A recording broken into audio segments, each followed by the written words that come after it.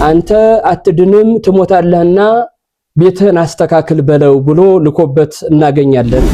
ኢሳይያስ ወደ ቤቱ ሳይደርስ ገና አስቀድሞ ከበሩ ሲወጣ እርሱ በዙሪያ ያሉ ሰዎችን ጠራና በሉ አልጋዬን አስተካክሉልኝ፣ ፊቴን ወደ ኢየሩሳሌም ወደ ቤተ መቅደሱ አዙሩ አለ። በዚያ በቤተ መቅደሱ የእግዚአብሔር ዓይኖች አሉ፣ የሰውን እንባ ያያሉ። በዚያ በቤተ መቅደሱ የእግዚአብሔር ጆሮዎች አሉ፣ የሰውን ጸሎት ልመና ይሰማሉ። እግዚአብሔር ግን በባህሪው ውሸት የማይስማማው ዘአልቦ ሐሰት የሌለበት መሆኑን ሁሉ ያውቃልና ወዳውኑ ይህ ንጉስ ሕዝቅያስ ሲስተካከል ኢሳይያስን ገና በመንገድ ላይ እያለ ኢሳይያስ አለው ተመለስ፣ ወደ ንጉሱ ሂድና በእድሜ ላይ 15 ዓመት ጨምሬሃለሁ በለው አለው። የእግዚአብሔር ቃል ሰውን ያስተካክላል። ሰው ብዙዎች የተስተካከሉት በእግዚአብሔር ቃል ነው። የእግዚአብሔር ቃል ሁልጊዜም ቢሆን ኃይልን ታደርጋለች። ለምንድን ነው የእግዚአብሔር ቃል የሚያስተካክለው ካል የእግዚአብሔር ቃል ሰይፍ ነውና ያስተካክላል። በስመ አብ ወወልድ ወመንፈስ ቅዱስ አሐዱ አምላክ አሜን። በአንድነቱ ምንታዌ በሶስትነቱ ርባኤ የሌለበት ዓለምን ፈጥሮ የሚገዛ በቸርነቱ የሰበሰበን አምላካችን ስሙ የተመሰገነ ይሁን። ወልዳ ያስገኘች አዝላ የተሰደደች የሕይወት መና መሱብ የፀሐይ ጽድቅ እናት እመቤታችን ቅድስት ድንግል ማርያም ስሟ የተመሰገነ ይሁን። የእግዚአብሔር ባለሟሎች ቅዱሳን ሁሉ እግዚአብሔር እንዳከበራቸው መጠን ስማቸው የተመሰገነ ይሁን። እግዚአብሔር የሚወዳችሁ እግዚአብሔርን የምትወዱ እግዚአብሔር ቤተሰቦች እንደምን ከረማችሁ? እንደምን ሰነበታችሁ? እንደምን እስከ ሰዓት አደረሳችሁ? አሜን። እግዚአብሔር ይመስገን ብለን እንድናመሰግነው በድጋሜ አንደበታችን ያከናወነልን አምላካችን ስሙ የተመሰገነ ይሁን። እንደ እግዚአብሔር ቅዱስ ፈቃድ የምንነጋገርበት የትምህርታችን ርዕስ የሚሆነው ራስን ማስተካከል በሚል ነገር ኃይለ ቃል ነው የምንነጋገረው። ለትምህርታችን መነሻ የሆነን ዘንድ የምናነሳው የትምህርት ርዕስ ስራ ቤተከ ቤትህን አስተካክል፣ ትንቢተ ኢሳይያስ ምዕራፍ 38 ከቁጥር 1 ላይ የምናገኘው ኃይለ ቃል ነው። ቃሉን እየተናገረው እግዚአብሔር አምላካችን በወዳጁ በኢሳይያስ በኩል ለእስራኤል ንጉስ ለሕዝቅያስ የተነገረ ቃል ነው። የእስራኤል ንጉስ ሕዝቅያስ እግዚአብሔርን ባሳዘነው ጊዜ ከእግዚአብሔር ሕግ በወጣ ጊዜ በኢሳይያስ በኩል ከእግዚአብሔር ጋር የምንነጋገረው ዘመን አልፎ ስለነበረ ሄደህ አንተ አትድንም ትሞታለህና ቤትህን አስተካክል በለው ብሎ ልኮበት እናገኛለን። ይህንን ቃል ስንመለከት ቤትን ለማስተካከል የተነገረ ቃል አይደለም። መጽሐፍ ቅዱስ እንደሚታወቀው ቃሉን ብቻ በማወቅ ቃሉን ብቻ በማንበብ የሚተረጎም የሚታይ አይደለም። መጽሐፍ ቅዱስ ምን ያስፈልገዋል ከተባለ በደንብ አድርጎ ሊነግር ሊያስረዳ የሚችል የሚገባ መምህር ያስፈልገዋልና ቤትህን አስተካክል በተባለበት በሕዝቅያስ በዚህ ቃል ተነስቶ ሰው ይህንን ቃል አይቶ ተመልክቶ ቤትህን አስተካክል እንዴት ይለዋል ሊል አይገባውም። ለምን ከተባለ ሕዝቅያስን ቤትህን አስተካክል ሲለው ቤትህ ልብህን ነበር ያለው። ራስህን አስተካክል ማለት እንጂ ቤቱን እንዳልሆነ ታሪኩ ያስረዳናል። በዚህ ወቅት ሕዝቅያስ በደዌ ዳኛ ባልጋ ቁራኛ ተይዞ ካልጋ ተጣብቆ ነበር የሚኖረው። መነሳት መቀመጥ አይሆንለትም ነበር። ካላበሉት አይበላም፣ ካላጎረሱት አይጎርስም፣ ካላጠጡት አይጠጣም ነበር። ራሱን መቆጣጠር ባቃተው በዚህ ወቅት ነበር እግዚአብሔር ወደ ሕዝቅያስ ኢሳይያስን የላከው። ቤትህን አስተካክል ብለህ ንገረው ለሕዝቅያስ ያለው። ይህ ሰው እንዳልኳችሁ በደዌ ዳኛ የተያዘ ነው። ካልጋ ጋር ተጣብቆ ያለ ሰው ነው። ቤቱን ለማስተካከል እንዴት ብሎ ይነሳል? ያውም ባይሆን እንኳን ሕዝቅያስ ቤቱን የሚያስተካክሉለት ብዙ ደንገጥሮች አሉት፣ ብዙ አሽከሮች፣ ብዙ ሰራዊቶች አሉት። ቤቱ ይስተካከል ዘንድ አይሻም። የንጉስ ቤት ነውና የንጉስ ቤት እንግዳ አይጠፋውምና ሁልጊዜም እንግዳ ይመጣል ተብሎ ተጠብቆ ታስቦ ቤቱ ተስተካክሎ ነበር የሚቆየው። ተነጥፎ ተጋርዶ ነበር ያለው። ግን ምኑን ነው አስተካክል ያለው ከተባለ ልቡን ነበር። ራስህን አስተካክል ነበር ያለው። ኢሳይያስም የተነገረውን ቃል መጥቶ ለሕዝቅያስ ነገረው። ሕዝቅያስ አንተ ትሞታለህ አትድንምና ቤትህን አስተካክል ብሎሃል እግዚአብሔር ብሎት ይህን ቃል ብቻ ተናግሮ ኢሳይያስ ከሕዝቅያስ ተለይቶ ሄደ። ሕዝቅያስ በዚህ ወቅት ነበረ ወደ ልቡ ተመለሰ። አሁን ቤትህን አስተካክል ያለኝ ቤቴን እንደማላስተካክል ያውቃል። መነሳት መቀመጥ እንደማልችል ያውቃል። ነገር ግን ምንህን ነው አስተካክል ያለኝ አለና አሰበ። ልብህን ነው አስተካክል ያለኝ። ታዲያ ልቤን ለማስተካከል አሁን ጊዜ ያለኝ አለ። ኢሳይያስ ወደ ቤቱ ሳይደርስ ገና አስቀድሞ ከበሩ ሲወጣ እርሱ በዙሪያ ያሉ ሰዎችን ጠራና በሉ አልጋዬን አስተካክሉልኝ፣ ፊቴን ወደ ኢየሩሳሌም ወደ ቤተ መቅደሱ አዙሩ አለ። በዚያ በቤተ መቅደሱ የእግዚአብሔር ዓይኖች አሉ፣ የሰውን እንባ ያያሉ። በዚያ በቤተ መቅደሱ የእግዚአብሔር ጆሮዎች አሉ፣ የሰውን ጸሎት ልመና ይሰማሉ። በዚያ በቤተ መቅደሱ እግዚአብሔር በመላእክትም በረድኤትም ይኖርበታልና በመላእክትም በረድኤትም ወደሚኖርበት ወደ ቤተ መቅደሱ አዙሩኝ አለ። ሲያዞሩት ጌታ ሆይ በድያለሁ፣ ማረኝ፣ ይቅር በለኝ፣ እኔ መስተካከል ከቻልኩ ከጀመርኩ አንተ ታስተካክለኝልህና አንተ አስተካክለኝ ብሎ ወደ እግዚአብሔር ሲጸልይ እግዚአብሔር አምላካችን እንደሰው አይደለም። ሰው አንድ ጊዜ ተናግሮ የተናገረው ሰውን የሚጎዳ ቢሆንበትም እንኳን ሰው ከሚጎዳ እኔ የተናገርኩትን ቃል ልለውጠው አይልም። ለምን ከተባለ ዋሾ እባላለሁ ብሎ ያስባል። እግዚአብሔር ግን በባህሪው ውሸት የማይስማማው ዘአልቦ ሐሰት የሌለበት መሆኑ ሁሉ ያውቃልና ወዳውኑ ይህ ንጉስ ሕዝቅያስ ሲስተካከል ኢሳይያስን ገና በመንገድ ላይ እያለ ኢሳይያስ አለው ተመለስ፣ ወደ ንጉሱ ሂድና በእድሜ ላይ 15 ዓመት ጨምሬሃለሁ በለው አለው። ስትስተካከል እኔም እድሜህን አስተካክልልሃለሁኝ። አሁን በተቆረጠበት የሞት እድሜ አትሄድም፣ ከዚህ በኋላ 15 ዓመት ይጨምራል ብለህ ንገረው የሚል ቃል ወደ ኢሳይያስ እግዚአብሔር አሁንም ተናገረ። ኢሳይያስ የእግዚአብሔርን ነገር ያውቃልና ምንም ሳይል ወደ ሕዝቅያስ ቤት መጣ። ያኔ ሕዝቅያስ ታዲያ ምን እያደረገ ነበረ ከተባለ ልቡን ወደ እግዚአብሔር ከፍቶ መስኮቱን ከፍቶ ይላል ዋርሃዎ ቤት ያን መስኮቱን ከፍቶ ወደ እግዚአብሔር ይጸልይ ነበረ። የቤቱን መስኮት ብቻ አይደለም የልቡንም መስኮት ከፈተ። በዚህን ሰዓት ከእግዚአብሔር አለያይቶት የነበረው የልቡ መስኮት መዘጋቱ ነበርና የልቡንም መስኮት የቤቱንም መስኮት ከፍቶ ነበር የጸለየው። ይህንን ጸሎቱን እግዚአብሔር ሰማና በእድሜው ላይ 15 ዓመት እንደጨመረው ለኢሳይያስ ነገረው። ኢሳይያስ መጥቶ ሕዝቅያስን ምን አለው? ሕዝቅያስ ቤትህን አስተካክል ብሎ እግዚአብሔር ነግሮ ነበረ። አንተ ብልህ ሰው ነህ፣ ቤት ላስተካክል ብለህ አልደከምክም።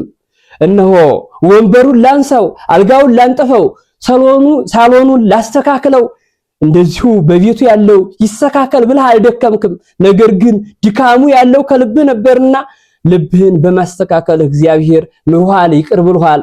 ለዚሁ ምልክት ይሆን ዘንድ እነሆ 15 ዓመት ጨምሮሃል አለው። ስንት ዓመት? 15 ዓመት። የሚገርም ነው። እግዚአብሔር በእድሜ ላይ እድሜን መጨመር ይችላል። ሁሉ የሚታዘዝለት አምላክ ነውና ይህ መሆኑን በምን አውቃለሁ አለ ሕዝቅያስ። በእድሜ ላይ እድሜ መጨመሩን ዳግም ወደ መንግስቴ መመለሴን በምን አውቃለሁ አለ። ታሞ ባለበት ሰዓት መንግስቱ ማን ቢወርስ ይሻላል እያሉ ሲመካከሩበት ነበረ፣ ሲጠቃቀሱበት ነበረ። ማን ብናገነግስ ከሱ የተሻለ ማን አለ እያሉ ሲጠቃቀሱበት ነበረ። አንዳንዶቹም አመጽ ሲሰሩበት ነበረ። እርሱ ከታመመ መሞቱ አይቀርም እኔ መንገስ አለብኝ እያሉ ቲፎዞ እየሰበሰቡ ነበረ። ሰው ደጋፊ እያበጁ ነበረ። በዚህ ጊዜ ነው እንግዲህ የእግዚአብሔር ልጆች ንጉስ ሆኖ መታመም በጣም ከባድ ነው። ስንኳን ንጉስን አይደለም ቀርቶ ከታች ዝቅ ያለን ሰው እንኳን የሚጠላው ሰው አለና የሚጠሉት መቼ ሞቶልን መንግስቱን ወርሰን ሲሉ የሚወዱት ደግሞ ንጉሳችን ከሞተ ንጉሳችን የመሰለ መተካት አለብን እያሉ ሲያዝኑ ሲተክዙ በነበረበት በዚህ ሰዓት ነበረ እግዚአብሔር ወደ ኢሳይያስ ወደ ሕዝቅያስ ኢሳይያስን ዳግም እንዲመለስ ያደረገው ማለት ነው። ዳግም ተመለሰና እንደሚድን በመንግስቱም እንደሚቆይ ነገረው። በዚህ ይህን መሆኑን በምን አውቃለሁኝ አለ። የእግዚአብሔር ሰዎች እግዚአብሔርን ሲጠይቁት የማይከናወንላቸው ነገር የለም። ከራሳቸው በላይ የሆነ ስራን ይሰራሉ። ተራራን ከማፍለስ በላይ የሆነ ስራን መስራት ይችላሉ።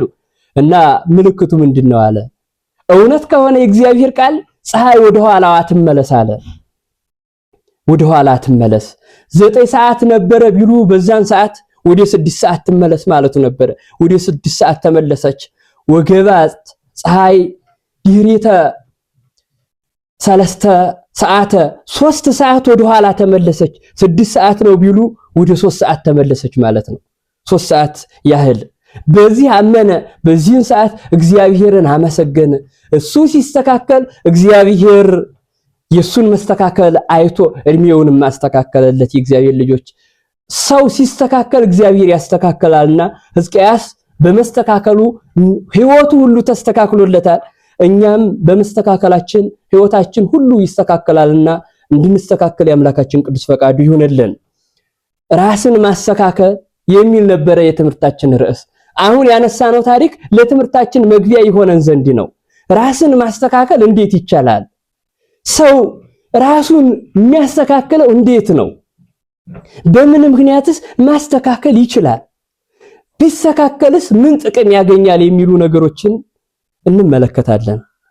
ሰው ራሱን የሚያስተካክልባቸው የምናየው አሁን 4 ጎዳናዎችን እናያለን። በ4 ጎዳናዎች ወይም በ4 ነገሮች ሰው ራሱን ማስተካከል ይችላል። አንደኛው ሰው ራሱን የሚያስተካክልበት ቃል እግዚአብሔር ነው። ምንድነው አልኳችሁ? ቃል እግዚአብሔር። የእግዚአብሔር ቃል ሰውን ያስተካክላል። ሰው ብዙዎች የተስተካከሉት በእግዚአብሔር ቃል ነው። የእግዚአብሔር ቃል ሁልጊዜም ቢሆን ኃይልን ታደርጋለች። ለምንድነው የእግዚአብሔር ቃል የሚያስተካክለው ካል የእግዚአብሔር ቃል ሰይፍ ነውና ያስተካክላል። ሰይፍ ያስተካክላል። ለዚያ ነበረ ሐዋርያው ቅዱስ ጳውሎስ በዕብራውያን መልእክቱ ምዕራፍ 4 ከቁጥር 12 ላይ እንዲህ ይላል፣ የእግዚአብሔር ቃል ሕያው ነውና የሚከፍልም ወይም የሚቆርጥም ከተሳለ ሰይፍ ይልቅ ወይም 2 አፍ ካለው ሰይፍ ይልቅ የተሳለ ነው ይላል። የእግዚአብሔር ቃል ሰይፍ ነው፣ ያስተካክላል፣ የሚሰራ ነው ይላል።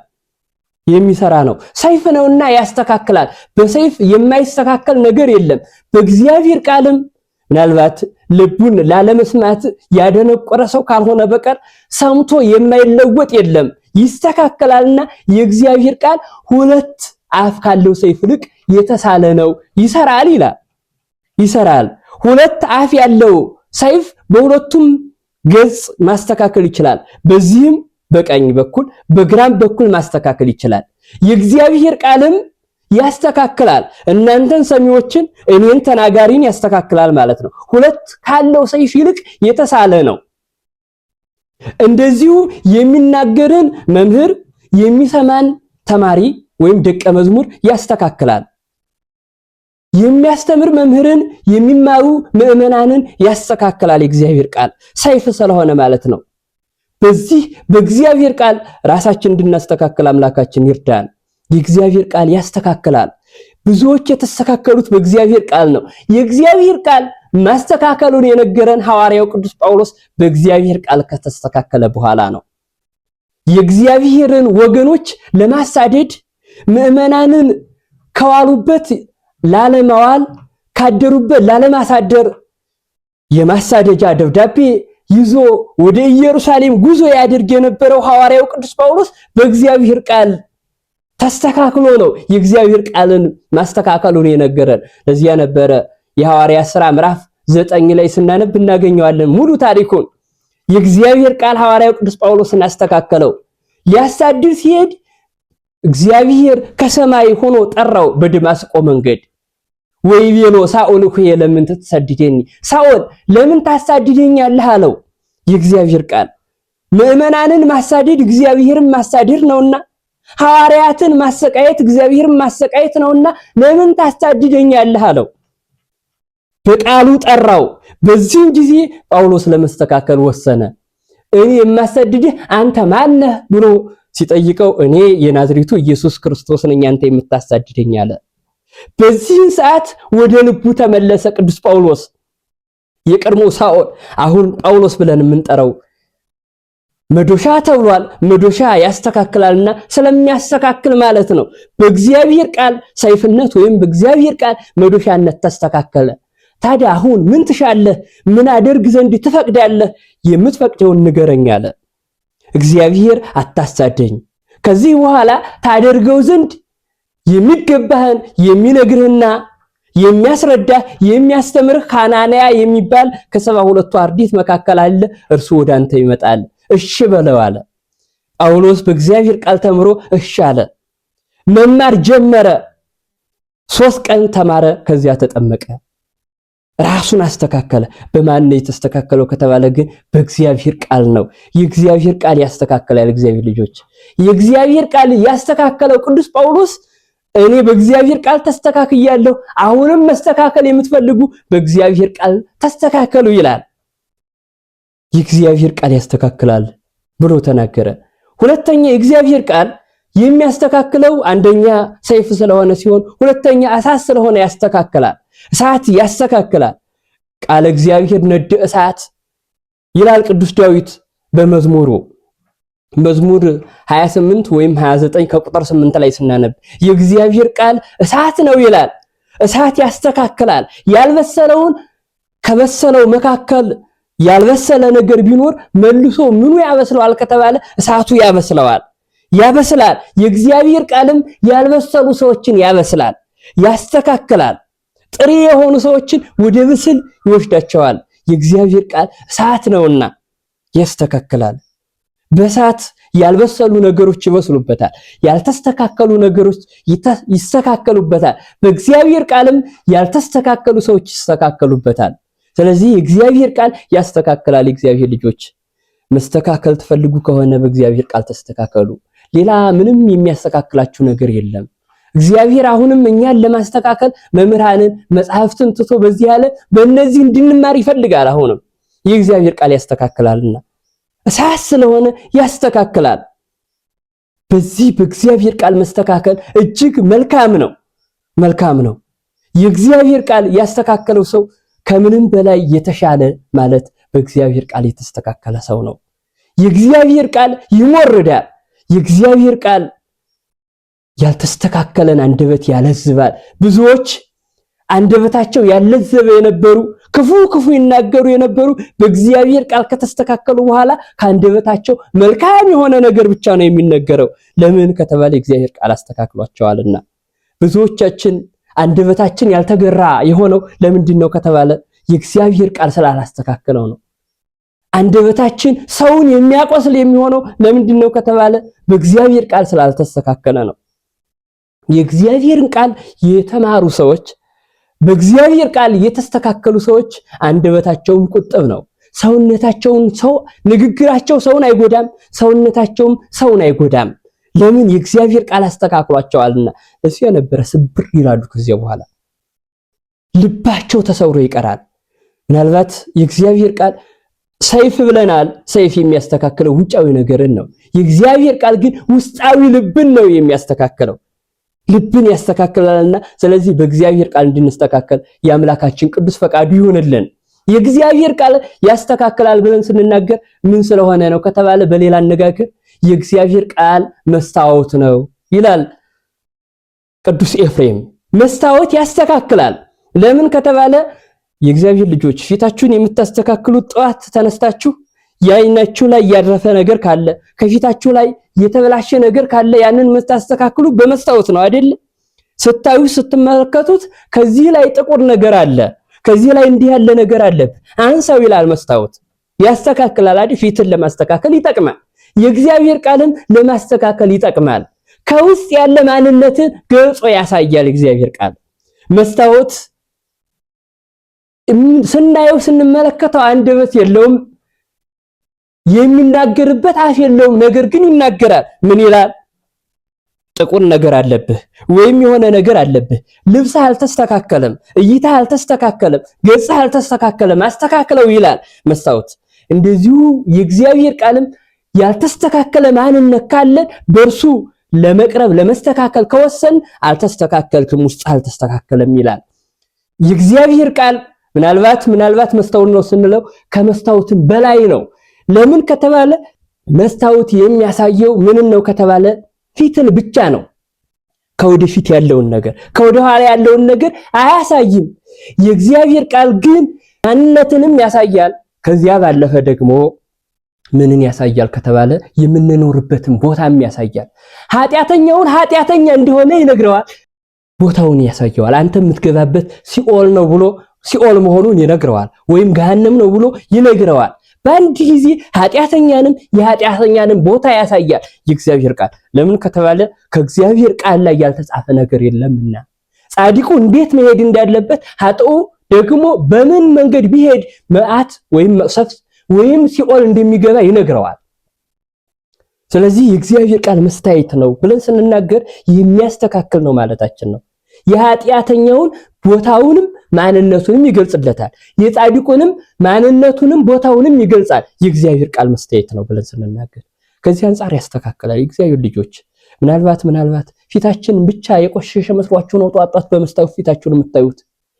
ግን የሚጠቅመው ጧት በእግዚአብሔር ቃል መስታወትነት ራስን መመልከት ነው የሚጠቅመው የሚያስተካክለው። ምናልባት ፊታችን ባለመስተካከሉ፣ ልብሳችን ባለመስተካከሉ፣ ውጫችን በመቆሸሹ ከመንግስተ ሰማያት መውጣት አንችልም። የሚያወጣን ከሰው እይታ ነው። ሰው ባያየንም እንኳን ማን ያየናል ከተባለ እግዚአብሔር ያየናል። ነገር ግን በቃል እግዚአብሔር ራሳችን ስናስተካክል ግን የምናገኘው እጅግ ታላቅ ዋጋ ነው። ለምን ከተባለ ውስጣችን በቃል እግዚአብሔር ካልተስተካከለ ጉዳቱ ጊዜያዊ ብቻ አይደለም፣ ዘላለማዊ ጉዳት ነው ያለው። ፊቱ ያልተስተካከለ ሰው፣ ቆሻሻ ያለበት ሰው ጉዳቱ ጊዜያዊ ነው፣ ከሰው እይታ ነው የሚለየው። ነገር ግን ውስጡ ያልተስተካከለ በቃል እግዚአብሔር ያልተማረ ሰው ግን ምኑ ይጎዳል ከተባለ ከእግዚአብሔር እይታ ውጭ ይወጣል፣ ወደ ሲኦል ይጣላል። ጉዳቱ ዘላለማዊ ነው። ዘላለማዊ ጉዳት ላለመጎዳት ራስን ማስተካከል ይሻላል የእግዚአብሔር ልጆች። ስለዚህ ራሳችን በቃል እግዚአብሔር እንድናስተካከል የአምላካችን ቅዱስ ፈቃዱ ይሁንልን። መስታወት ነው ብለን ስንናገር ለዚህ ነው። ሰይፍ ነው ብለን ስንናገር የሚያስተካክል ስለሆነ ነው የእግዚአብሔር ቃል እነሆ የሚያስተካክል ስለሆነ በእግዚአብሔር ቃል መስተካከል የግድ ያስፈልጋል። ራሳችንን ማስተካከል ከምንም በላይ እኛ ስላልተስተካከልን ነው በዓለም ላይ ያልተስተካከሉ ብዙ ነገሮችን የምናየው፣ ጦርነቱን የምናየው፣ መከራውን የምናየው፣ እንደዚሁ ደግሞ ብዙ ረሃቡ ቸነፈሩ የሚታየው በዓለም እኛ ስላልተስተካከልን ነው። በምናችን ከተባለ ውስጣችን ስላልተስተካከለ ነውና ውስጣችን በእግዚአብሔር ቃል እንዲስተካከል የአምላካችን ቅዱስ ፈቃዱ ይሁንልን። ሁለተኛ ሰው የሚስተካከለው በምንድነው? በምን ራሳችን እናስተካከል ከተባለ ሰውን የሚያስተካክለው ባልንጀራ ነውና በባልንጀሮቻችን መስተካከል ይጠበቅብናል። ምን አይነት ባልንጀራ ከተባለ ግን መልካም ባልንጀራ። ክፉ ባልንጀራ መልካሙን አመል ይለውጣል ይላል ሐዋርያው ቅዱስ ጳውሎስ በአንደኛ ቆሮንቶስ 15 ከቁጥር 33 ላይ ስናነብ ከክፉ ባልንጀራ ተለይቶ ከበጎ ባልንጀራ ጋር መዋል ግን ያስተካክላል። ቅዱስ አምላካችን ምን ይላል? ከመልካም ባልንጀሮች ጋር መዋል እንዳለብን ይነግረናል፣ ያስተምረናል፣ ይመክረናል። ቅዱስ ጳውሎስ እንደነገረ ከመልካም ሰው ጋር መዋል መልካም ዋጋ ያሰጣል፣ መልካም ስራ ያሰራል። ብዙዎች መልካም የሰሩ ከመልካም ባልንጀራ ጋር ስለዋሉ ነው።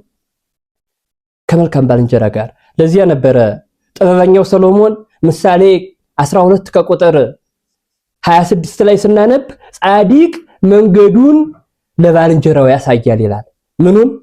ጻድቅ መንገዱን ለባልንጀራው ያሳያል፣ እርሱም ባልንጀራው ጻድቅ እንዲሆን ይፈቅዳልና። ለዚያ ነበረ በቅዱስ ወንጌል ዮሐንስ ወንጌል ምዕራፍ 1 ከቁጥር 46 ላይ ስናነብ ፊልጶስ ናትናኤልን ወደ እግዚአብሔር ጠራው። መልካም ባልንጀራ ነበርና ባልንጀራው እንዲስተካከል ባልንጀራውን ማስተካከል ጀመረ። በዓለም መኖራችን በቃን፣ አሁን ረከብናሁ ለማስያዝ ይብልጎ ክርስቶስ የሚሉት ማስያዝን አግኝቼዋለሁ፣ ና እንሂድ ወደሱ አለ። ጠራው፣ ያስተካክላልና መንገዱን አሳየው እና ምን ስተካከልበት መንገድ በዚህ ነው አለና ወደ ክርስቶስ መራው። ናትናኤልን ፊልጶስ ጠራው። የእግዚአብሔር ልጆች ወደ ቤተ እግዚአብሔር የሚጠራዋችሁ እነዚያ ናቸው መልካም ባልንጀራ የሚባሉት። የእግዚአብሔርን ቃል እንድትማሩ የሚጋብዟችሁ ናቸው። እነዚያ ናቸው መልካም ባልንጀራ የሚባሉት። እነዚያ ዘላለማዊ እንድትስተካከሉ ያደርጓችኋል ማለት ነው። እንድትበላሹ የሚያደርጓችሁ ብዙ ባልንጀሮች ሊኖሯችሁ ይችላሉ።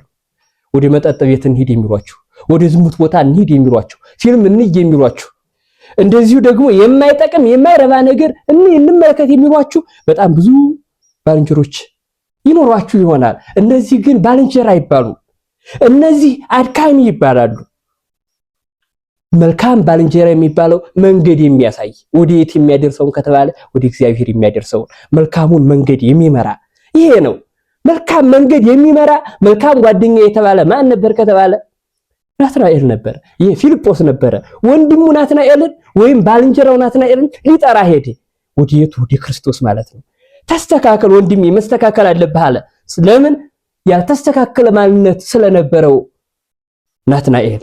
ለዚያ ነበር እኮ ያልተስተካከለ ማንነቱን ክርስቶስ ወደሱ ሲመጣ ሲያዩ ሲመለከተው ገና ርኢኩ ከታሕተ ዕፀ በለስ፣ ከዕፀ በለስ ዛፍ ስር ቁጭ ብለህ አየሁህ ይላል። የኃጢአትን ሐሳብ ስታስብ ኃጢአትን ስትሰራ አየሁህ ማለቱ ነው። በሌላ አነጋገር ይሄ በለስ የሚባለው ቅጠሉ ሰፋፊ ነውና ኃጢአት እንዲህ ሰፍታብህ ሰፍናብህ ገናብህ ተመለከትኩህ ሲለው ነበረ። ታዲያ እንዲህ ኃጢአት ይገነነበትን ኃጢአት የሰፋችበትን ኃጢአት ያደከመችውን ባልንጀራውን ወደ የት ጠራው? ሸክምን ወደሚያቀል ወደ ክርስቶስ ጠራው። ባልንጀራው ያስተካክለው ዘንድ ፈቀደ። እና መስተካከል አለብህ ወንድም ያለና ጠራው ወንድሙን ባልንጀራውን። አየሁህ ብሎት ነበረ ክርስቶስም ይስተካከል ዘንድ መልካም ባልንጀራ ባልንጀራውን ያስተካክላልና ናትናኤል ለመስተካከል ወደደ። ወንድሜ እውነት ከሆነ የተናገርከው ከዚች ከገሊላ መልካም ሰው ከወጣባት እኔም ሄዲ አለብኝ። እውነት ነው፣ ያልተስተካከለ ብዙ ማንነት አለኝ። ያ ማንነት መስተካከል አለበት። የጎደለኝ ብዙ ነገር አለ፣ ያ መሙላት አለበት። ያጣሁት ብዙ ነገር አለኝ፣ ያንን ማግኘት አለብኝ። ስለዚህ ልሂድ አለና ወደ ክርስቶስ ሄደ። ባልንጀራውን አስተካከለ። የእግዚአብሔር ልጆች እንዲህ አይነት ባልንጀራዎች ሁኑ ለባልንጀሮቻችሁ።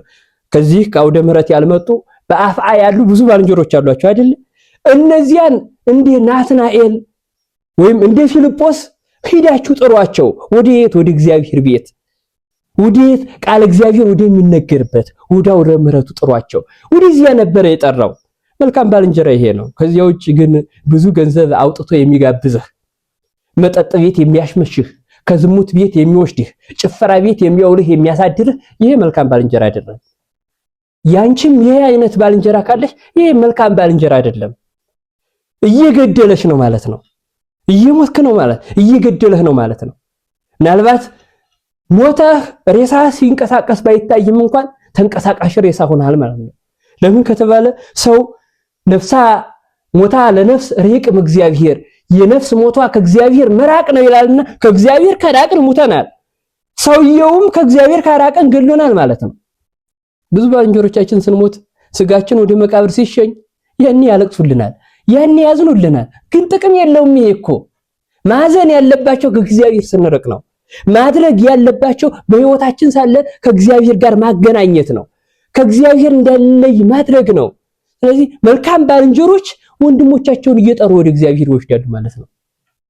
ከዚያ ባለፈ መልካም ባልንጀራ ወንድሙን ያስተካክላል ማለት ጠርቶት እምቢ ቢለው እንኳን ኃጢአት ሲሰራ ቢመለከተውም እንኳን ምን ይለዋል?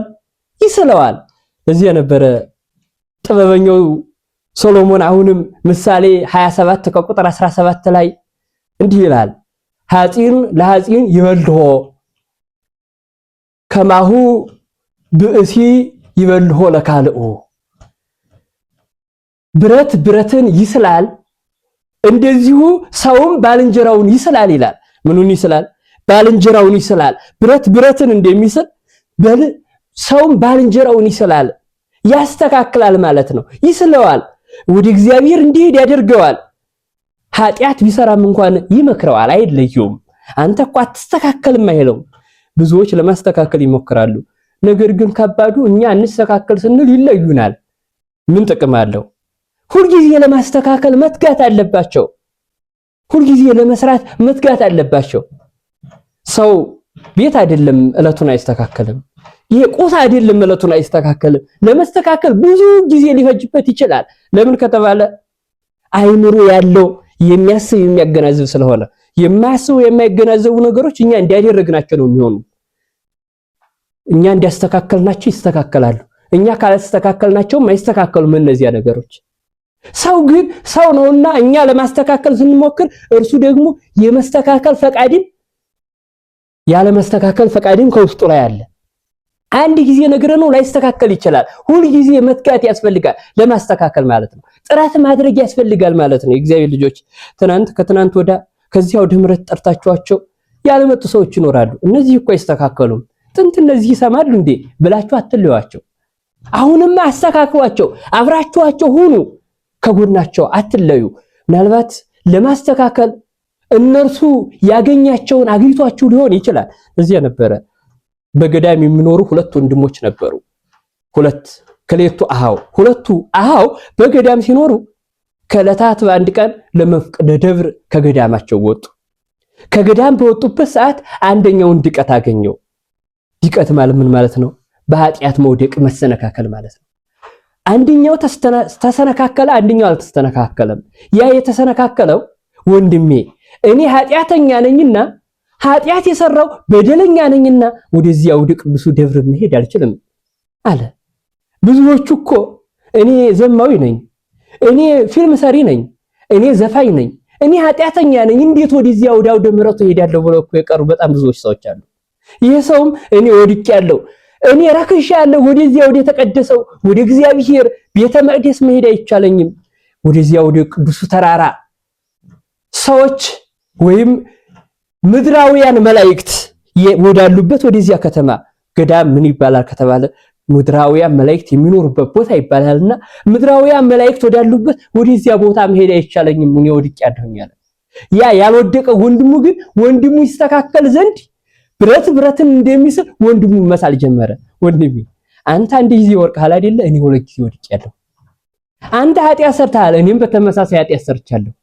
ነገር ግን ኃጢአታችንን ተሸክመን በዓለም ብንኖር ከነ ኃጢአታችን እንሞታለን። በዚህ አምላካችን ያዝናል፣ በዚህ መላእክት ያዝናሉ። ለምን? በአንድ ኃጢአተኛ ኃጢአት መስራት ምክንያት መላእክት ያዝናሉ፣ እግዚአብሔር ያዝናል። በአንድ ኃጢአተኛ መመለስ፣ በአንድ ኃጢአተኛ ወደ ንስሐ መቅረብ ምክንያት መላእክት ይደሰታሉ፣ እግዚአብሔርም ይደሰታል። ስለዚህ ከነ ኃጢአታችን በዚህ ብንኖር ከነ ኃጢአታችን እንሞታለን። ኃጢአታችን ተሸክመን ግን ወደ ገዳሙ ብንሄድ ኃጢአታችን አራግፈን ጻድቅ እንሆናለን፣ ወርቀን እንነሳለን እኮ ወንድሜ። ወርቀን ብቻ መቅረት የለብንም። አንተ ወርቀህ ለመቅረት ነው የሰብከው፣ ነገር ግን ወርቀን እንነሳ እባክህ ግድ የለህም አለና መከረው። በተመሳሳይ እንዳንተ ኃጢአት ሰርቻለሁ አለ። ሄደው ከገዳሙ ከገቡ በኋላ ለአበምኔቱ ኃጢአታቸውን ተናዘዙ። ያልሰራውም ስለሰራው ወንድሙ ሲል ኃጢአቱን ተናዘዘ። እንዲህ ያለ ድቀት ግጥሞናል አሉ ሁላቸውም። ንስሐ የሌለበት ስለ ወንድሙ ሲል ንስሐ ገባ። ኃጢአት የሌለበት ሰው ማለት ነው። ራሱን አዋረደ፣ ዝቅ አደረገ። ከዚህ በኋላ ንስሐውን ተቀብለው ከተለያዩ በኋላ ገና በሶስተኛው ቀን ያንን የወደቀውን ወንድም እግዚአብሔር እንዲህ አለው፣ ሰራይኩ ለከ በእንተ ዘነስሐ ዘእገብረእሁከ፣ ያልበደለው ወንድምህ በአንተ ምክንያት ንስሐ በመግባቱ አንተን ማርኩ ይቅር አልኩህ አለው። በማን ምክንያት? በወንድሙ ምክንያት ማለት ነው። ይቅር ብያለሁኝ፣ ኃጢአትህን አጥቤልሃለሁኝ አለው። ወንድም አስተካክሎሃል አለው። እንዲህ አይነት ወንድም ያስፈልጋል። የሚያስተካክል የሚስል ማለት ነው። የሚስል ሁል ጊዜ ከጎን ሆኖ በርታ የሚል ወደ እግዚአብሔር የሚመጣ። ታዲያ እንዲህ እያሉ ከቤቱ የራቁ ሰዎችን ከነ ኃጢአታችሁ ነው ባካችሁን ብሏቸው። ለምን ከተባለ ከነ ኃጢአታችን እንድንመጣ ነውና የሚፈልገው እግዚአብሔር። ከነ ኃጢአታችን እንድንስተካከል የሚፈልገው እግዚአብሔር ከነ ኃጢአታችን መተን ነው። እናንተ ይላል እኮ በዚህ በኢሳይያስ 1:18 ላይ ኑ እንዋቀስ እስኪ ኑ ሸክማችሁን አቅላችሁ አይደለም አራግፋችሁ አይደለም ያለን፣ ከነ ሸክማችሁ ኑ ነው ያለውና ከነ ሸክማችሁ ኑ ብሏቸው አስተካክሏቸው። እነዚያም ባልንጀሮቻቸውን የሚያስተካክል መልካም ባልንጀራ ነውና ከመልካም ባልንጀራ ጋር ሆነን ራሳችን እንድናስተካክል የአምላካችን ቅዱስ ፈቃድ ይሆነልን። ብዙዎች ህይወታቸው የተስተካከለው በባልንጀራቸው ምክንያት ነው። ባልንጀሮቻቸውን አይተው እነዚህ ሰዎች የተስተካከሉ በዚያ ነውና አንዳንዶች ደግሞ ሰውን ወደ ኃጢአት የሚገፋፋሉ። ወደ ኃጢአት ከነዚያ መለየት ከሚሰራን ሰው ጋር መዋል አዋዋላችንን ማሳመር ይጠበቅብናል። እዚያ ነበር አዋዋላችን ያምር ዘንድ ቅዱስ ዳዊት በመዝሙር 17 ከቁጥር 33 ጀምረን ስናነብ እንዲህ ይላል፣ ምስለ ጻድቅ ትጸድቅ፣ ከጻድቅ ጋር ከዋልክ ጻድቅ ትሆናለህ ይላል። እናንተ የምትሉ ከማን ጋር ይሆን? ከጻድቅ ጋር ይሆን? በእውነት ከጻድቅ ጋር መዋላችን ይቅር፣ ግን እንደው በቀን እንኳን አንድ ጊዜ ጽድቅን ከሚያስብ ጋር እንል ይሆን? ከጻድቅ ጋር ከዋልክ ጻድቅ ትሆናለህ። ጻድቅ የለም ትሉኝ ይሆን እንዴ? ካላችሁኝ በዙሪያችሁ ፈልጉ አታጡም። ያም ባይሆን ጻድቃን በገድላቸው ጻድቃንን በቃል ኪዳናቸው ምክንያት ተወዳጇቸው ባልንጀራ ይሆኗችኋል።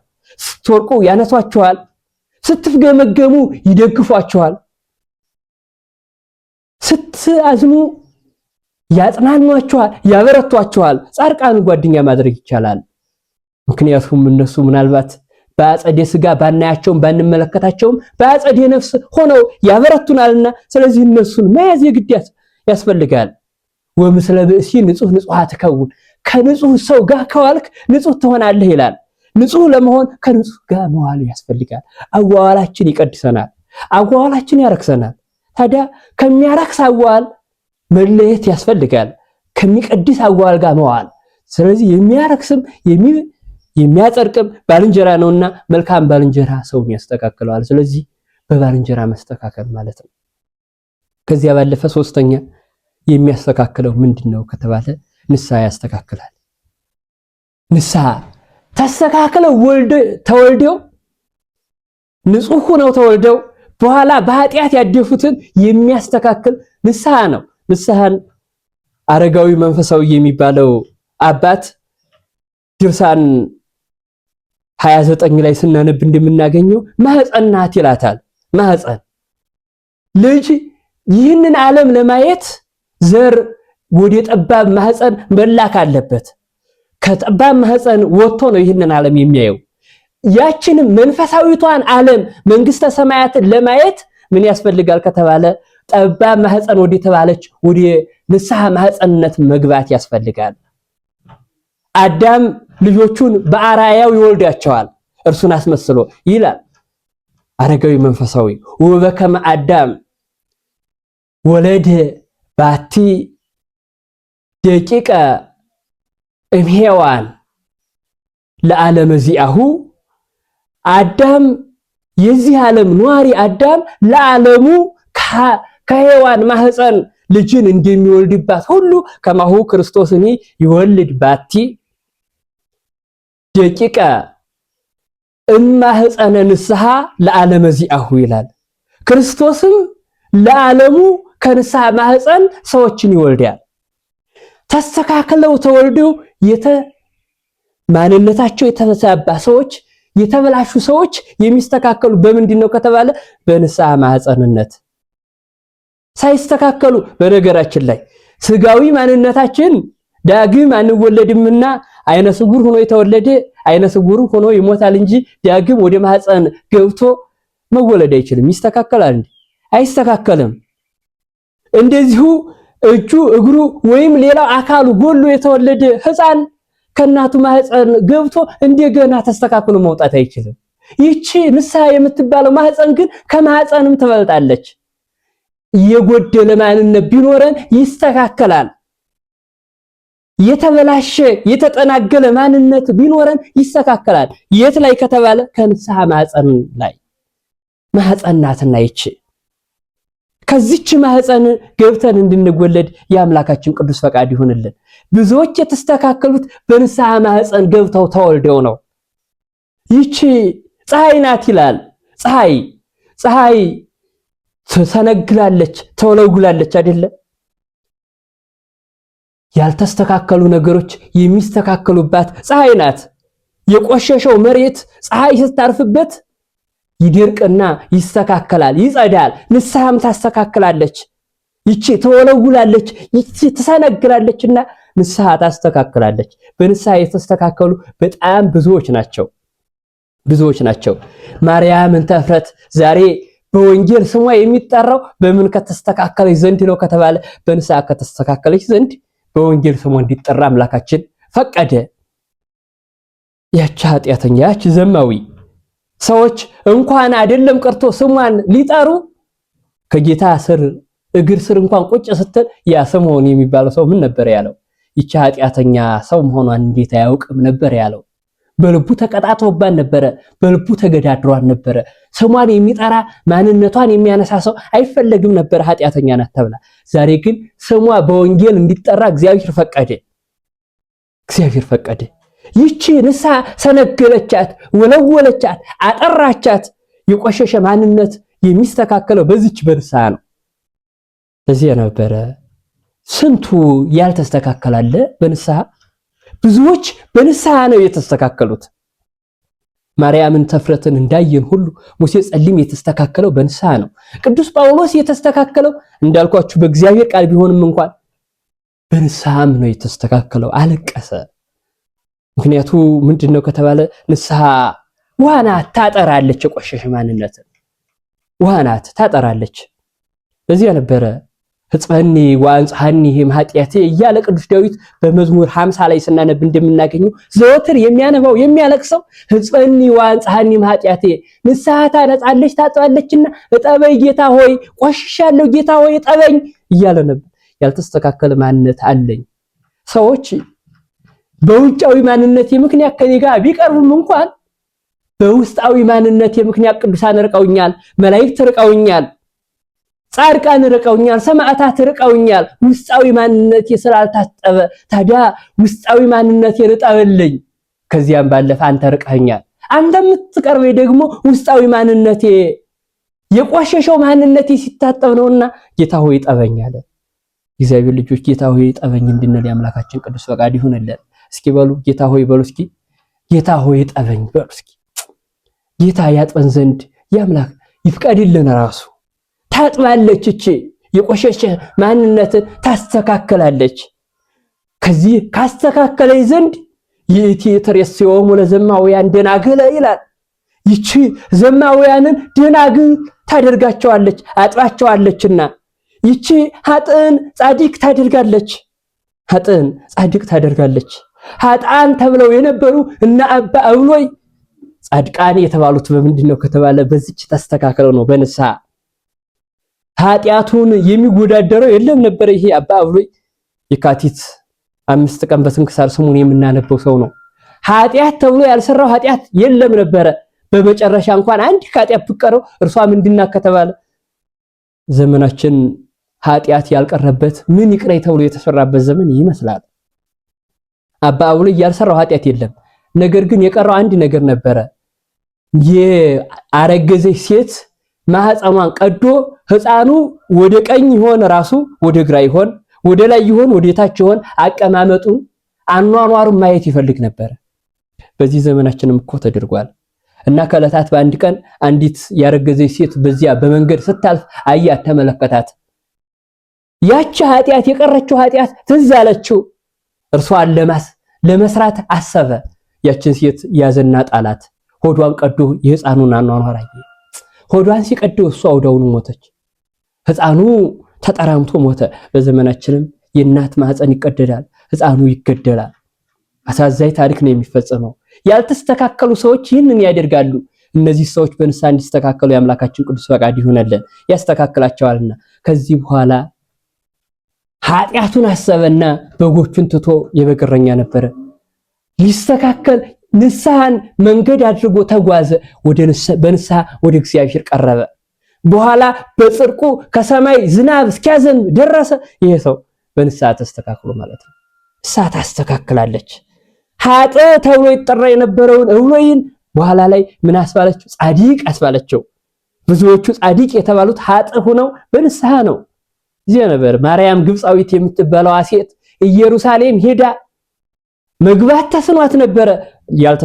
በነገራችን ላይ ባለመስተካከላችን ከምድራዊ ቤት መግባታችን አይቀርም፣ እንገባለን። ውስጣዊ ማንነታችን ከተስተካከለ ማለት ነው።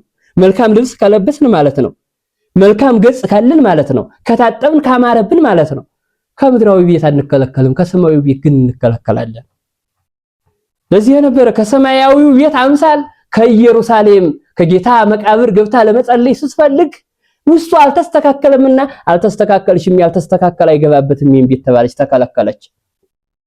መግባት አይቻልሽም ተባለች። በዚህን ጊዜ እመቤቴ እኔ እስተካከላለሁ፣ አሁን ግን ከቤት ገብቼ ጸልዬ እንድወጣ ፍቀጅልኝ፣ ከሰው አልለይ፣ ከዚህ በኋላ ወደ ዓለም አልመለስም አለች። ራሷን አስተካከለች። ከዚያ በኋላ ወደ ገዳም ወጣች። እግዚአብሔር ደስ አሰኘች። የምትለብሰው እስክታጣ ድረስ ልብሷ ከላዩቷ ላይ እስኪያልቅ ድረስ እግዚአብሔር ደስ አሰኘች። በንስሐ ተስተካከለች።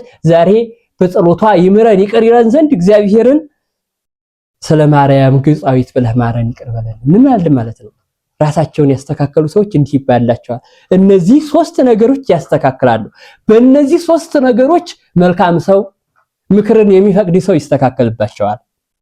አራተኛ የሚያስተካክለው ምንድነው ከተባለ መከራ ያስተካክላል። በእነዚህ ምክሮች ያልተስተካከለ በሶስቱ ነገሮች በእግዚአብሔር ቃል፣ በባልንጀራ፣ በንስሐ ያልተስተካከለ ሰው የሚስተካከለው በምንድነው ከተባለ በመከራ ይስተካከላል። ይህ ሰው በመከራ መስተካከል የእግዚአብሔር ልጆች እጅግ ከባድ ነው። ለምን ከተባለ በምክር መስተካከል፣ በእነዚህ እስካሁን ባየናቸው ነገሮች መስተካከል በነፃ መስተካከል ይባላል። በመከራ መስተካከል ግን በዋጋ መስተካከል ይባላል። በዋጋ መስተካከል፣ ዋጋ ከፍሎ መስተካከል ይባላል። በእነዚህ በሶስቱ ነገሮች ብልህ ይስተካከልባቸዋል። በመከራ ግን ሞኝ ይስተካከልበታል። ሞኞች ሁል ጊዜ በመከራ ነው የሚስተካከሉት። ለዚያ ነበረ ብልህ ከራሱ ሳይሆን ከሰው ይማራል፣ ሞኝ ግን ከራሱ ይማራል፣ በራሱ ይስተካከላል። እንዲህ ደርሶብኛል ይላልና መከራም ያስተካክላል። መከራ እንደሚያስተካክል ስናይና ስንመለከት ሁለተኛ ዜና መዋዕል ምዕራፍ 33 ከቁጥር 1 ጀምረን ስናነብ የምናገኘው የምናሴን ታሪክ እናገኛለን። ምናሴ የትምህርታችን ርዕስ ያደረግነው የዚያ ጻድቅ ንጉስ በኋላ ጻድቅ የሆነ የሕዝቅያስ ልጅ ነው። ምናሴ ከአባቱ ቀጥሎ የተተካ ነው። አባቱ እግዚአብሔር ሲያስተካክለው በእግዚአብሔር የመመስገኛ ቦታ ላይ ጣዖት አቁሞበት ነበረ። ጣዖቱን አፍርሷል። በኢየሩሳሌም ያሉ ሟርቶች፣ ጣዖቶች እንዲርቁ አድርጎ ነበር። አባቱ ተስተካክሎ ነበረ። ይህ ልጅ ግን ከአባቱ አልተማረም። ያልተስተካከለ ልጅ ነበረ። ከአባቱ ቀጥሎ ነገሰ። የእግዚአብሔር ጆሮ የእግዚአብሔር ዓይን ባለበት በዚያ ቦታ ላይ ስለ ፀሐይ፣ ስለ ጨረቃ፣ ስለ ከዋክብት አደረገበት። ሰዎች ለጨረቃ ለከዋክብት፣ ለፀሐይ ለጨረቃ ለከዋክብት እንዲሰግዱ አደረገ። የእግዚአብሔር አምልኮ ተዘነጋ። ይህም ብቻ አይደለም፣ ብዙ ሰው የሰው ደም አፈሰሰ። በዘመኑ ነቢያት ነበሩ። ነቢያት ቢነግሩት ቢያስተምሩትም እንኳን አልሰማም። ታሪክም አለ። ሰው የሚያስተምረው ቢጠፋም እንኳን የተማረ ከሆነ አንብቦ መማርም አለበት። ይህ ሰው የአባቶችን ታሪክ ያውቃል። የአባቱ ታሪክ ተጽፎ ተዘግቦ ተቀምጧል። ባለመስተካከሉ የደረሰበት መከራ፣ በመስተካከሉ የተሰጠው ጸጋ አለለት። ያንን አንብቦ መስተካከል አቃተው። ጣዖት አቆመበት። ብዙ ደም አፈሰሰ በዚያች በኢየሩሳሌም። እግዚአብሔር ኃጢአተኞችን ይቆጣል፣ ኃጢአተኞችን ይጠላል። ኃጢአተኞችን ከመጥላቱ የተነሳ አሕዛብን አጥፍቶ እስራኤልን በኢየሩሳሌም እንዲኖሩ አድርጓቸው ነበረ፣ ጻድቃንን የሚወድ አምላክ ስለሆነ። ይህ ሰው ግን ዳግም ኃጢአት ሰራ፣ ከአሕዛብም የከፋ ስራ አደረገ። አሕዛብ ምናልባት ኃጢአት ቢሰሩም እንኳን ከጥንት ጀምረው ኃጢአት እየሰሩ ስለኖሩ ነው። እሱ ግን ከአባቱ ተምሮ መማር አቃተው። ብዙ ነቢያት እያሉት መማር አቃተው። ያም ብቻ አይደለም፣ የእግዚአብሔርን ነቢይ ኢሳይያስን በኩላብ ሰቅሎ በመጋዝ ተርትሮ ገደለው። የብዙ ሕፃናት ደም ፈሰሰ። በዚህ የተነሳ እግዚአብሔር ይህ ሰው በራሱ መማር የማይችል፣ በመጻሕፍት መማር የማይችል፣ በመምህራን መማር የማይችል ስለሆነ በመከራ ይማር ዘንድ ለመከራ አሳልፎ ሰጠ። የአሦራውያን ነገስታት ተነሱበት። ታሪኩን ሁለተኛ ነገሥት ምዕራፍ 21ም ስታነቡ ታገኙታላችሁ። የአሦራውያን ነገስታት መተው ሰራዊቱን ድል አድርገው እርሱን ምን አሉት? በዛንጀር አስረው ወደ ሀገራቸው ወሰዱት። ከዚያ የብረት ቀፎ አሰርተው በብረት ቀፎ አድርገው ቀን ፀሐይ ከሚበረታበት ሌሊት ውርጭ ከሚበረታበት ቦታ አስቀመጡት። የእግዚአብሔር ልጆች እጅግ መከራ ነው። የብረት ቀፎ ነውና ቀፎው የቀኑ ሐሩር የሌሊቱ ቁር የሚቻል አይደለም። ቀን ፀሐይ ሲቆለው ይላል፣ ሌሊት ውርጭ ሲቀቅለው ያድራል። የተቆላ ነገር ለውሃ እጅግ ቅርብ ነውና የሌሊቱ ቁር ደግሞ መከራ አጽናበት። በሰው መማር በመጽሐፍት መማር እግዚአብሔር በነገረ ሁሉ መማር አቅቶት ነበርና በመከራ ይማር ዘንድ ለመከራ አሳልፎ ሰጠው። አሁን ማንነቱ ተገፏል። አሁን ንግስናው የለም። አሁን በጎኑ የሚያዛቸው ሰራዊቶች የሉም። ብቻውን ነው። አሁን ሰማይ ማየት እንኳን አይቻለውም። በዚህ ጊዜ ምን አለ? ወይሌለወኒ ራእይን ሆለ ሰማይ፣ የሰማይን ከፍታውን አይ ዘንድ አይገባኝም አለ። ከኃጢአቴ ብዛት የተነሳ ማለቱ ነው። ኃጢአተኛ ሰው እግዚአብሔርን ፊት ማየት አይቻለውምና አንድም በብረት ቀፎ ውስጥ ነኝና ከብረት ቀፎ ወጥቼ ሰማይን አይ ዘንድ አይቻለኝም አለ። እንዳልሰግድልህ እንኳን ቆሜ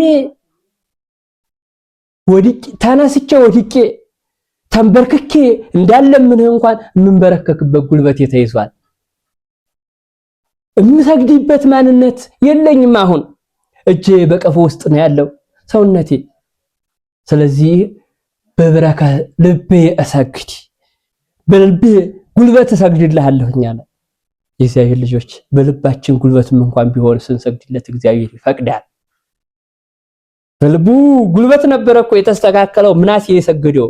ሌላማ እንዳይሰግድ እግሩማ እንትና ሕዝቅያስ የተስተካከለው እኮ በልቡ ጉልበት ሰግዶ ነበረ። እጁን እንኳን መዘርጋት አይቻለውም ነበረ። የዘረጋው ምን ነው ከተባለ ልቡን ነበረ። በልቤ ጉልበት እሰግድልሃለሁኝ፣ አቤቱ በደልኩ ማረኝ ይቅር በለኝ አለ። በመከራ ይስተካከል ዘንድ ራሱን ለመከራ አሳልፎ ሰጥቷልና በዚያ በመከራ ውስጥ ሆኖ እግዚአብሔር ለመነ። እግዚአብሔር ልጆች እግዚአብሔር ቸር ነው። እግዚአብሔር መሐሪ ነው። እግዚአብሔር ይቅር ባይ ነው። እግዚአብሔር መሐሪ ነው ብለን ስንናገር የተራበ ሰው እህል ለመብላት ከሚቸኩለው በላይ እግዚአብሔር ለመማር ይቸኩላል። እግዚአብሔር ይቅር ባይ ነው ብለን ስንናገር የተጠማ ሰው ከውሃ ደርሶ ውሃ ለመጠጣት እንደሚቸኩል ሁሉ ከዚያ የበለጠ እግዚአብሔር ኃጢአተኛን ለመማር ይቸኩላል። ኃጢአተኛ ወደሱ እንዲመለስ ነውና የሚፈቅደው ማለት ነው። ይህ ኃጢአተኛ ሰው ወደሱ ሲመለስ ማረኝ ይቅር በለኝ ሲል እግዚአብሔር ዳግም በምህረት ተመለከተው። እኛንም ዳግም በምህረት እንዲመለከተን አምላካችን ይፍቀድልን። ዳግም በምህረት ካልተመለከተን እኛም በመከራ ውስጥ መሆናችን ማሰብ፣ እኛም በስቃይ ውስጥ መሆናችን ማሰብ ይጠበቅብናል። ዳግም በምህረት እንዲጎበኘን የሱ ፈቃዱ ይሆነልን። ዳግም በምህረት ተመለከተው አየውና ከዚያ ከብረት ቀፎ ውስጥ እንዲወጣ አደረገ። ያን ብቻ አይደለም፣ ቸር እኮ ነው እግዚአብሔር። ቸርነቱ የማያልቅበት መሐሪ ይቅር ባይ እኮ ነው የእግዚአብሔር ልጆች። እኛ ከቀረብ ነው ታዲያ መቅመስ ያስፈልጋል። ስንቀምሰው ቸርነቱ ይገባናል። አሁን ከዚያ ከብረት ቀፎ ብቻ እንዲወጣ አይደለም ያደረገው፣ ዳግም ወደ መንግስቱ መለሰው። ከባቢሎን አውጥቶ አሶራውያን ወስደው ባቢሎን ነበር ያስገቡት። ከዚያ ከባቢሎን መከራ አውጥቶ ዳግም ለኢየሩሳሌም ንጉስ አደረገው።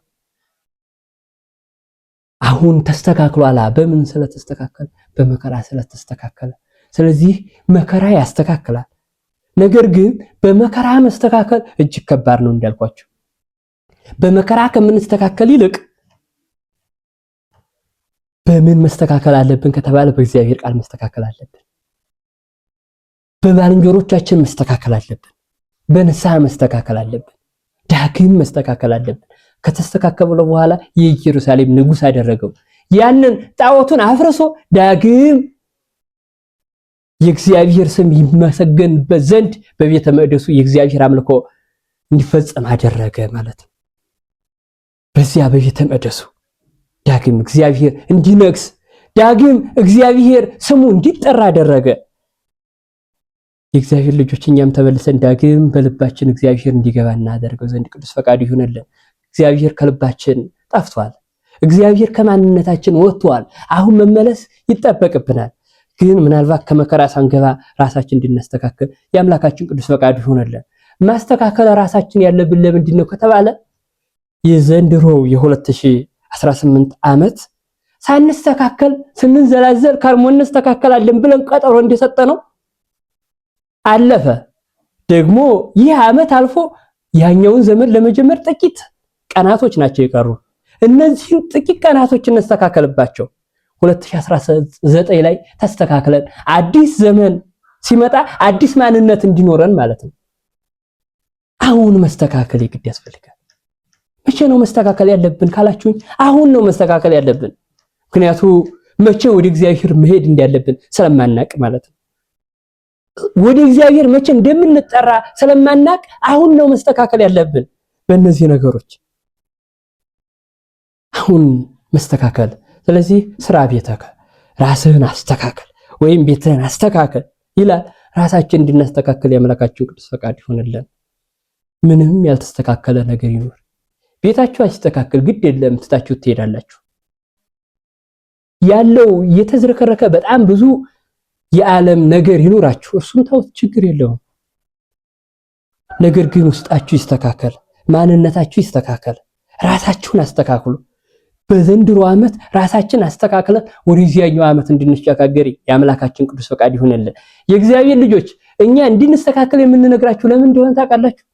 እኛ ባለመስተካከላችን ምክንያት፣ እኛ በመበላሸታችን ምክንያት ምድርም ተበላሸች።